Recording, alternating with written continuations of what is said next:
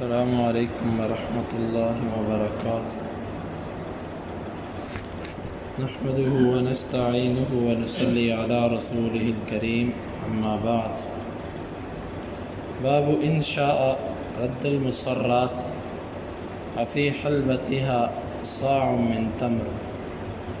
یہ باب ہے اگر وہ چاہے تو دودھ بند کی ہوئی بکری یا جانور کو واپس کر دے اور اس کے دودھ دوہنے میں اس کو 1 صاع کھجوروں کا دینا پڑے گا۔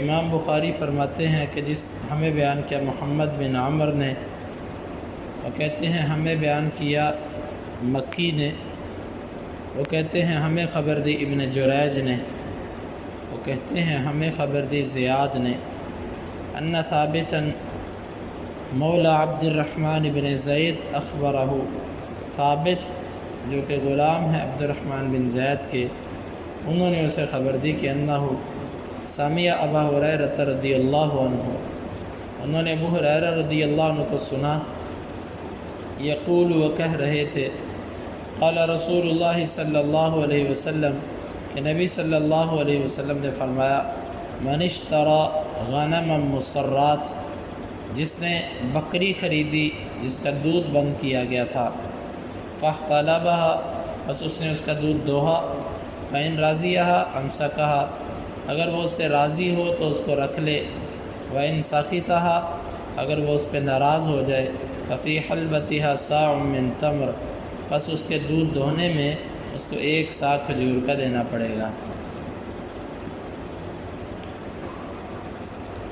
اہل علم کا اس مسئلہ میں اختلاف ہے، شوافع بعض اور حنابلہ میں سے بعض کا یہ موقف ہے کہ یہ حدیث بکری کے ساتھ خاص ہے، یعنی بکری کا دودھ اگر کسی نے بند کیا تو پھر یہ بکری واپس کی جائے گی، البتہ بکری کے علاوہ کسی اور جانور کا اگر کوئی دودھ بند کرتا ہے تو اس کا یہ حکم نہیں ہے۔ لیکن اس کے مقابلے میں جمہور علماء، جمہور کا مطلب ہوتا ہے زیادہ، اکثر علماء اہل حدیث کا جو موقف ہے وہ یہ ہے کہ یہ بکری کے ساتھ خاص نہیں ہے، کیونکہ اس میں جو علت پائی جاتی ہے وہ ہے دھوکہ دینا، اس میں علت ہے کہ خریدار کو یہ باور کروانا مقصد ہوتا ہے کہ اس جانور کا دودھ اتنا نکلتا ہے، وہ دودھ کی کثرت کو دیکھ کر پیسے زیادہ لگاتا ہے، ریٹ زیادہ دیتا ہے، یہ دھوکہ مقصد ہوتا ہے۔ تو یہ دھوکہ بکری میں ہو، گائے میں ہو، اونٹ میں ہو، کسی جنس کے اندر آ جائے یہ دھوکہ ہی ہے، اس لیے یہ بات درست ہے۔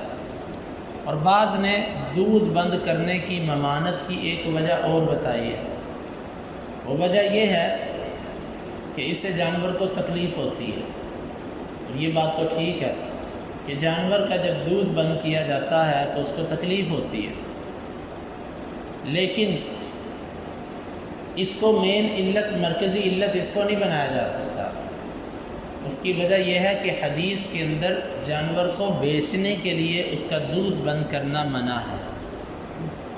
اسے معلوم ہوتا ہے کہ اس کے علاوہ کسی ضرورت کے تحت دودھ بند کر لے تو کوئی حرج نہیں ہے۔ مثال کے طور پہ آپ کے رات کو مہمان آ رہے ہیں، صبح کے وقت آپ اپنے جانوروں کا دودھ نہیں دوتے کہ دودھ دو لینا، اس کو سنبھالنا، یہ تو اس دور کی بات ہو رہی ہے نا جب فریزر وغیرہ نہیں ہوتے تھے، تو اب تو یہ ہوتا ہے کہ آپ دودھ دو کے اس کا فریج میں رکھ لیں گے۔ لیکن اگر کوئی ایسا انتظام نہ ہو اور ایک بندہ کہتا ہے کہ میں رات کا دودھ جمع کرتا ہوں تاکہ رات کو جب میں دودھ دوں تو زیادہ نکلے اور میرے مہمان یا میری جو ضرورت ہے اس کے لیے یہ استعمال ہو سکے، تو علماء نے لکھا ہے کہ یہ جائز ہے، یہ جائز ہے۔ البتہ بیچنے کے لیے، دھوکہ دینے کے لیے دودھ بند کر کے یہ باور کروانا کہ اس کا دودھ زیادہ ہوتا ہے، یہ جائز نہیں ہے۔ لیکن یہاں پر پھر اعتراض آتا ہے کہ جانور کو جو اس میں تکلیف ہے، تو اس کا جواب یہ ہے کہ اللہ تعالیٰ نے اس مخلوق کو، یہ جتنی بھی مخلوقات ہیں ان کو بنایا انسان کی خدمت کے لیے، تو اس کی خدمت کے لیے جو تھوڑی بہت تکلیف جانوروں کو ہوتی ہے یہ برداشت کی جا سکتی ہے۔ مکھیاں شہد بناتی ہیں، جب انسان شہد اتارتا ہے تو کتنی مکھیاں مرتی بھی ہیں، اور کتنی جو ہے نا بعض دفعہ وہ دھواں دیتا ہے، کتنی جل جاتی ہیں۔ قصداً تو ایسا نہیں ہوتا، لیکن بعض دفعہ ایسے ہو جاتا ہے۔ تو اتنی کی جو تکلیف ہوتی ہے جانور کی، وہ تو متحمل ہے، وہ برداشت کی جاتی ہے۔ البتہ اصل اس کی علت یہی چیز ہے کہ اس میں دھوکہ ہوتا ہے۔ اور میں نے آپ سے کہا تھا کہ احناف کے ہاں یہ حدیث پر عمل نہیں ہے۔ وہ کہتے ہیں کہ یہ حدیث ہمارے ہاں درست نہیں ہے۔ کیوں درست نہیں ہے؟ ان کا ایک اصول ہے، اذا تعارض العقل والنقل قدم العقل۔ یہ کہتے ہیں کہ جب عقل کا اور نقل کا معنی ہوتا ہے جو چیز نقل چلی آ رہی ہے رسول اللہ صلی اللہ علیہ وسلم سے، منتقل ہونے والی چیز، یعنی کہ قرآن اور حدیث۔ کہتے ہیں کہ جب عقل اور نقل کا تعارض ہو جائے تو ہمارے ہاں عقل کو مقدم کیا جائے گا۔ اس قاعدے کی بنا پر ان لوگوں نے بہت ساری احادیث کا انکار کیا۔ میں نے پیچھے بھی اس کی چند مثالیں دی تھیں۔ ایک مثال تو وہ حدیث کی جو پیچھے گزری کہ آدھی حدیث کو مانا ہے، آدھی کو نہیں مانا۔ مثلا فجر کی نماز ایک بندے کی رہ گئی، اب سورج طلوع ہونے میں 2-4 منٹ باقی ہے۔ حدیث کے اندر آتا ہے کہ اگر سورج طلوع ہونے سے پہلے کوئی بندہ 1 رکعت پڑھ سکتا ہے تو وہ نماز شروع کر دے، دوسری رکعت اس کی چاہے سورج نکلنے کے دوران ہوتی ہو، یہ منع نہیں ہے۔ اب احناف کہتے ہیں کہ یہ نماز نہیں ہوئی فجر کی، صحیح بخاری کی حدیث ہے، وہ کہتے ہیں یہ نہیں ہوئی، ساری کتابوں میں فقہ کی میں لکھا ہوا یہ نہیں ہوئی نماز فجر کی۔ حدیث کہتی ہے ہو جائے گی، یہ کہتے ہیں نہیں ہوئی۔ اچھا چلو تم بتاؤ تم کیوں کہتے ہو نہیں ہوئی؟ کہتے ہیں یہ عقل کے خلاف۔ اچھا تمہاری عقل کے خلاف یہ کیسے ہو گئی؟ وہ کہتے ہیں دیکھو، سورج نکلنے سے پہلے فجر کا وقت جو ہوتا ہے نا وہ کامل وقت ہے، اس میں جو بندہ نماز پڑھے گا وہ ادا شمار ہوگا، اس کو قضا نہیں کہہ سکتے کیونکہ ابھی وقت ختم نہیں ہوا، اور وقت کے اندر جو نماز ہوتی ہے وہ ادا ہوتی ہے۔ سورج نکلنے کے بعد جو نماز پڑھی گئی، 1 رکعت جو پڑھی گئی، وہ فجر کا وقت ختم ہو چکا تھا، اور وقت ختم ہونے کے بعد جو نماز پڑھی جائے وہ قضا ہوتی ہے۔ وہ کہتے ہیں یہ عجیب ہے، نماز شروع کی کامل وقت میں، ختم کی ناقص وقت میں، ادائیگی میں شروع کی قضائی میں ختم کی، یہ عقل کے خلاف ہے، اس لیے ہم نہیں مانتے۔ اسی حدیث کے اندر آتا ہے ایسے ہی اگر کسی بندے نے عصر کی نماز اس کی رہ گئی اور سورج ڈوبنے سے پہلے وہ 1 رکعت پڑھ سکتا تھا، اتنا وقت ہے، اور باقی 3 رکعتیں سورج ڈوبنے کے دوران اور اس کے بعد ہوئیں، شریعت کہتی ہے کہ اس کی عصر کی نماز ہو گئی۔ یہ لوگ کہتے ہیں کہ ہاں عصر کی ہو گئی۔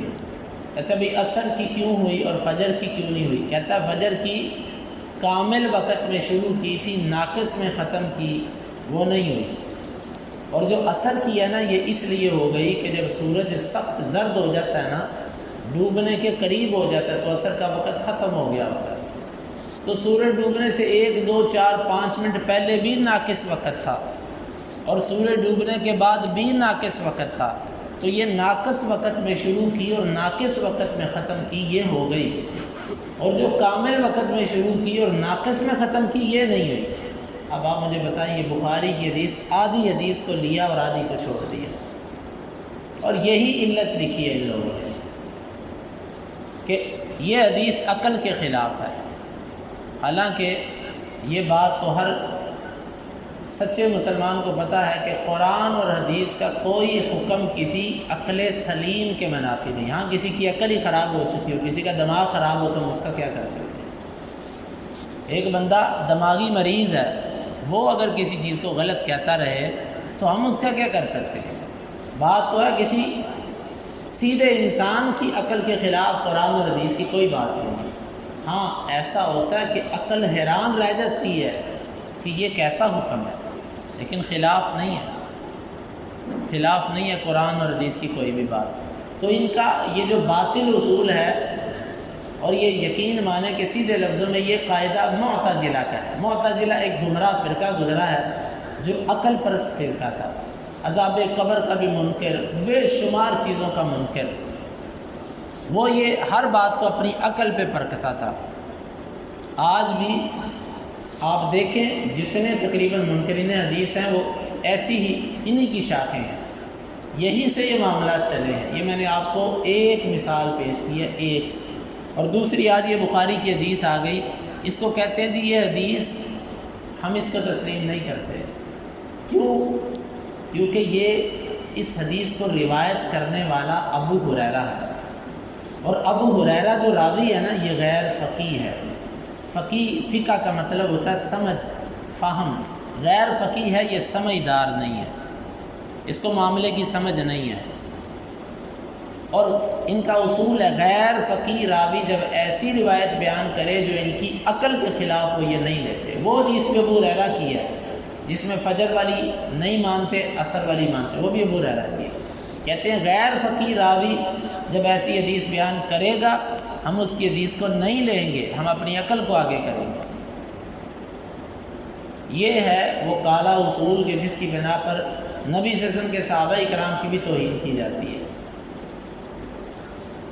یہ باتیں عام جو بھی حنفی ہوگا اس کو شاید پتہ نہ ہو ان باتوں کا، لیکن یہ باتیں تو وہ ہیں جو ان کے مولویوں نے لکھی ہوئی ہیں، جن کو یہ امام کہتے ہیں اور جن کے آگے پیچھے 2-2 4-4 لائنوں میں القاب لکھتے ہیں، یہ ان کی باتیں ہیں۔ میں یقین سے کہتا ہوں کہ ان کی جو عوام ہے وہ ان کی علماء سے ڈھیر بہتر ہے۔ ان کے اندر پھر غیرت نام کی چیز موجود ہے قرآن اور حدیث کے لیے، لیکن ان کے جو علماء ہیں ان سے کوئی خیر کی توقع نہیں، الا ماشاء اللہ، الا ماشاء اللہ۔ تو یہ حدیث، اس کی کچھ وضاحت جو ہم نے ابھی کی ہے، ابھی اس میں کچھ 1 سے 2 پہلو باقی ہیں، انشاءاللہ اس کی وضاحت آئندہ درس کے اندر۔ اللہ تعالیٰ سے دعا ہے کہ اللہ تعالیٰ ہمیں ان حدیث کو سمجھنے کی اور ان کے تقاضوں کو پورا کرنے کی توفیق عطا فرمائے۔ اللہم انفعنا بما علمتنا وعلمنا ما ينفعنا وزدنا علما وآخر دعوانا ان الحمد للہ رب العالمین۔ حدیث نمبر 21 و 51۔